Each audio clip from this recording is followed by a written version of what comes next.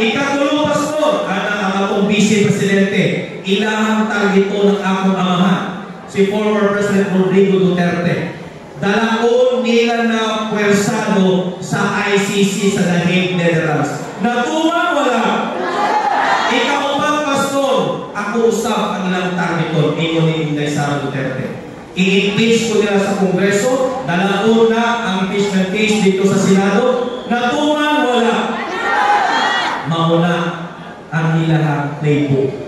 Mauna, mga higala, abrihan nato ang ato mga.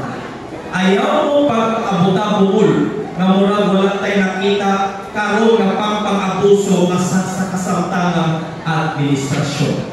Si Pastor Apollo C. Wala plano dalan. Dili na kinahanglan ni Pastor Uwarta. Dili na kinahanglan ni Pastor Ibulo popularidad na ana sa iya. Pero tungod sa ilang pang-abuso, pang-igipit, kung dili na mo baro, kung dili na mo tindog mga higala, nagbayag sa panabo, mag-unsa ang atong kaugmako. Kung dili na ito ipasipaw ang atong mga kasuko, kaligod sa itong kasing-kasing, sa kibuhag sa kasamtangang administrasyon, mag-unsa man ang kaugmako sa atong mga anak.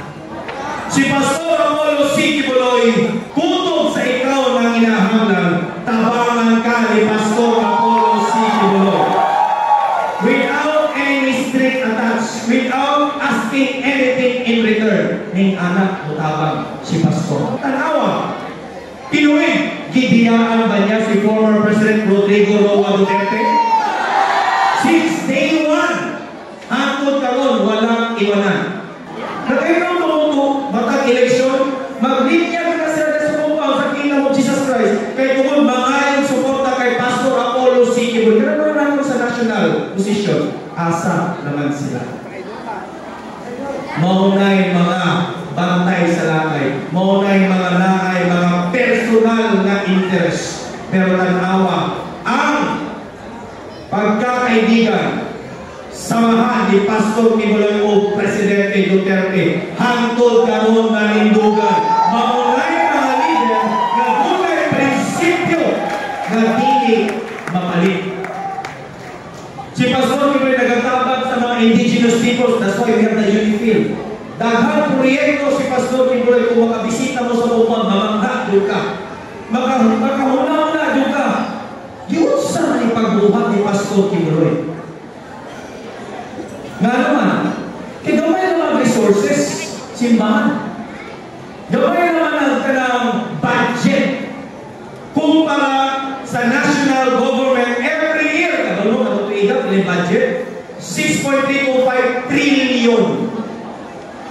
Husbo na ito ay gala 6.325 trillion pesos ang budget.